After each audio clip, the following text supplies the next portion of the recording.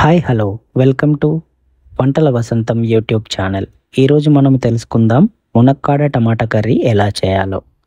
ముందుగా దానికి కావలసిన పదార్థాలు: 2 మునక్కాడలు, 4 చిన్న టమాటాలు, 4 పచ్చిమిర్చి, 1 ఉల్లిగడ్డ, 4 వెల్లుల్లి రెబ్బలు, కొంచెం కరివేపాకు. సో వీటన్నిటిని కట్ చేసుకొని పక్కన పెట్టుకుందాం. ఇప్పుడు స్టవ్ ఆన్ చేసి ఒక బౌల్ పెట్టి దానిలో 1 టేబుల్ స్పూన్ ఆయిల్ వేద్దాం. సో ఈ ఆయిల్ వేడెక్కిన తర్వాత ఆవాలు, జీలకర్ర, వెల్లుల్లి పేస్ట్, సన్నగా తరుముకున్న ఉల్లిగడ్డలు, తర్వాత కట్ చేసి పెట్టుకున్న పచ్చిమిర్చి, తర్వాత కరివేపాకు, తర్వాత కొంచెం పసుపు, 1 టేబుల్ స్పూన్ సాల్ట్ వేసి ఆ ఉల్లిపాయలు, పచ్చిమిర్చి వేగేంత వరకు ఫ్రై చేసుకుందాం. సో ఇవి వేగిన తర్వాత మనం ముందుగా కట్ చేసి పెట్టుకున్న మునక్కాడలను వేసుకుందాం. సో ఈ మునక్కాడలు వేసినాక ఫ్రై అయ్యేంత వరకు కలపాలి. సో కొంచెం పచ్చిదనం అనేది పోవాలన్నమాట. సో అవి పోయిందంటే మనకి మునక్కాడలు చాలా టేస్టీగా ఉంటాయి. సో అందుకని అది ఫ్రై చేసుకోవాలి.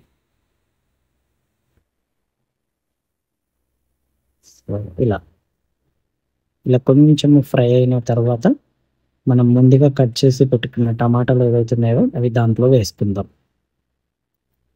సో ఇప్పుడు అవి వేసిన తర్వాత మళ్ళీ అవి 2 మిక్స్ అయ్యేంత వరకు కలుపుదాం. సో ఇవి 2 కూడా మంచిగా ఉడకాలి. సో అప్పుడే టమాటా ఒక గ్రేవీ లాగా అవుతుంది అనమాట. సో ఇలా అయిన తర్వాత మనం ఒక 2 టేబుల్ స్పూన్ల కారం వేసుకుందాం. మీరు కారం ఎక్కువ తింటే ఇంకా కొంచెం ఎక్కువ వేసుకోవచ్చు.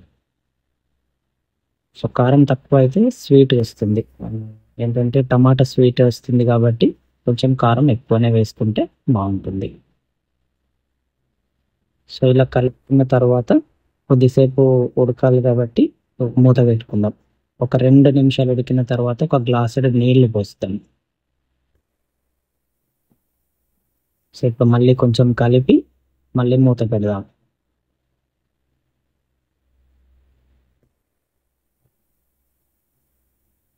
సో ఇలా మూత పెట్టిన తర్వాత ఒక 5 నుంచి 10 నిమిషాలు దాన్ని ఉడికించాలి. 5 నుంచి 10 నిమిషాలు అయిపోయిన తర్వాత మీకు కావాల్సిన కర్రీ రెడీ అయిపోయింది. సో ఇది అన్నంతో కానీ చపాతీతో కానీ తినొచ్చు.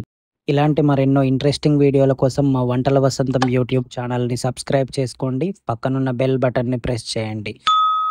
ఈ వీడియోని మీ ఫ్రెండ్స్ అండ్ ఫ్యామిలీకి షేర్ చేయండి, లైక్ చేయండి.